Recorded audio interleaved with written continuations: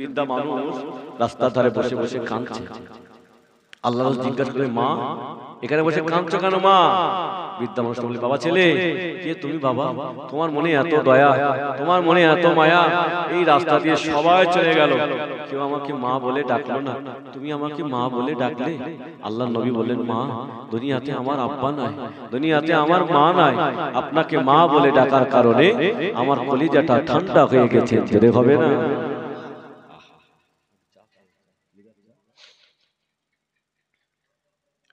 আল্লাহ নবী বললেন, মা এই রাস্তার ধারে বসে বসে কেন কাঁদছো? বাবা ছেলে দুনিয়াতে আমার 4টে ছেলে বেঁচে আছে বাবা, ওরা আমাকে বাড়ি থেকে তাড়িয়ে দিয়েছে, আমি রাস্তার ধারে বসে বসে কাঁদছি।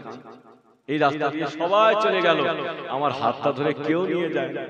আল্লাহ নবী বললেন, মা আমি যদি আমার বাড়িতে আপনাকে নিয়ে যাই, আপনি কি আমার সাথে যাবেন? আল্লাহ নবী ওই বৃদ্ধা মানুষটা হাতটা ধরে বাড়িতে নিয়ে গেলেন। আমাদের আম্মা জান আয়েশা সিদ্দিকা রাদিয়াল্লাহু আনহাকে ডেকে বললেন, ওগো আমার বিবি আয়েশা, আমার মাকে গোসল দাও, আমার মায়ের নতুন কাপড় পরিয়ে দাও, আমার মাকে ভালো মন্দ খেতে দাও, খবরদার জানো আমার মাকে কষ্ট দিও না, আমার মাকে দুঃখ দিও না। আমাদের আম্মা জান আয়েশা সিদ্দিকা সুন্দর করে গোসল দিলেন, ভালো কাপড়টা পরিয়ে দিলেন, ভালো মন্দ খেতে দিলেন। আল্লাহ নবীর ঘরের সামনে বসে বসে বলছেন, মুহাম্মদ ধ্বংস হয়ে যাক, মুহাম্মাদের হাত ধ্বংস হয়ে যাক, মুহাম্মদ নিজেই বরবাদ হয়ে যাক। কি বুঝলে?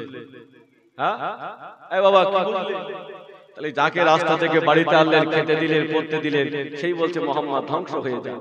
আহা কি আদর্শ নবী! দেখে আম্মা জান আয়েশা সিদ্দিকা রেগে লাল হয়ে গেছে। নবী কাকে নিয়ে এসেছে? যাকে খেতে দিলাম, পড়তে দিলাম, সে বলছে মুহাম্মদ ধ্বংস হয়ে যাক। আমি আয়েশা আজ থেকে খেতে দেব না, আমি পড়তে দেব না। আল্লাহ নবী কলেমা তাওবা দিয়ে বাড়ি ফিরলেন।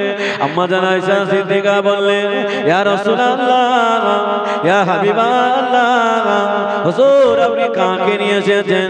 যাকে খেতে দিলাম, পড়তে দিলাম, ওই ব্যক্তি বলে কিনা মুহাম্মদ ধ্বংস হয়ে যাক, মুহাম্মাদের হাত ধ্বংস হয়ে যাক। হুজুর আমি আয়েশা আজ থেকে খেতে দেব না। আল্লাহ নবী বললেন, ও বিবি আয়েশা, আমার মাকে কষ্ট দিও না, আমার মাকে দুঃখ দিও না, আমার মা আমাকে চেনে না, আমার মা ওই মুহাম্মদকে চেনে, যে মুহাম্মাদের কথা আবু জাহাল, আবু লাহাব, উতবা সাইবা বলেছিল আমি রহমাতুল লিল আলামিন, আমার মা আমাকে চেনে না।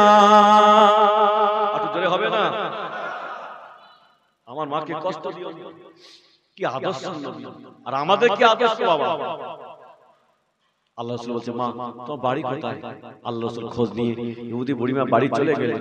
ইহুদি বুড়িমা 4টে ছেলে আল্লাহ রাসূলকে দেখে দাঁড়িয়ে গেলেন, হুজুর আপনি আমাদের বাড়ি আবার এসেছেন? হুজুর কি বলতে এসেছেন? হুজুর আপনাকে আজকে ফিরিয়ে দেব না, একটাবার ঈমানের কালেমা পড়িয়ে আমাদেরকে মুসলমান বানিয়ে দেন। জোরে হবে না? আল্লাহ রাসূল বলে, বাবা ছেলে তোমার আম্মা কোথায় বাবা? হুজুর আজকে 2 দিন হয়ে গেল আমার আম্মা জান বাড়ি থেকে চলে গেছে, হুজুর কোথায় আছে জানি না।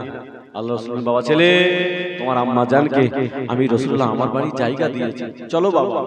আল্লাহর নবী ইহুদি বুড়িমা 4টে ছেলেকে নিয়ে বাড়িতে আসলেন। আল্লাহ রাসূল বলে, মা আমি তোমার সন্তান এনে দিয়েছি, তুমি বাড়ি চলে যাও। ইহুদি বুড়িমা 4টে ছেলেকে কাছে পেয়ে মনে আনন্দ পেলে, খুশি হলেন। আল্লাহ রাসূলের সামনে দাঁড়িয়ে বললেন, বাবা ছেলেরা মুহাম্মদ ধ্বংস হয়ে যাক, মুহাম্মাদের হাত ধ্বংস হয়ে যাক। যুবকেরা, নওজওয়ানেরা, ও আল্লাহ বান্দারা, আল্লাহ নবীর সামনে দাঁড়িয়ে ওই বৃদ্ধা মানুষটা বললেন, আয় আমার সন্তানেরা, ও আমার ছেলেরা, মুহাম্মদ ধ্বংস হয়ে যাক, মুহাম্মাদের হাত ধ্বংস হয়ে যাক। এই কথা যেমনি বললেন, ইহুদি বুড়িমার 4টে ছেলে দাঁড়িয়ে গেলেন। আম্মা জান আপনি কাকে ধ্বংস হতে বলছেন মা?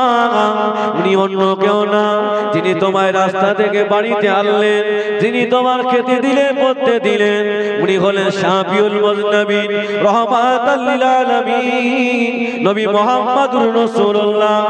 এই কথা যেমনি বলেছেন বৃদ্ধা বুড়িমা বললেন, ও বাবা ছেলে, তোমার মনে এত দয়া, তোমার মনে এত মায়া, আমাকে আর তাড়িয়ে দিও না, আমাকে আর ফেলে দিও না, আমি তোমায় চিনতে পারি না, একটা বাড়ি মানে কলেমা পড়িয়ে আমাকে মুসলমান বানিয়ে দাও। হবে না, তাকবীর দাও তো, নারায়ে তাকবীর। সেই নবীর আমরা ভালোবাসি বাবা, জোরে বলে। আগামী বছরে জলসা হবে না, জোরে বলে বন্ধ হবে। 1000 টাকা কে দেবে?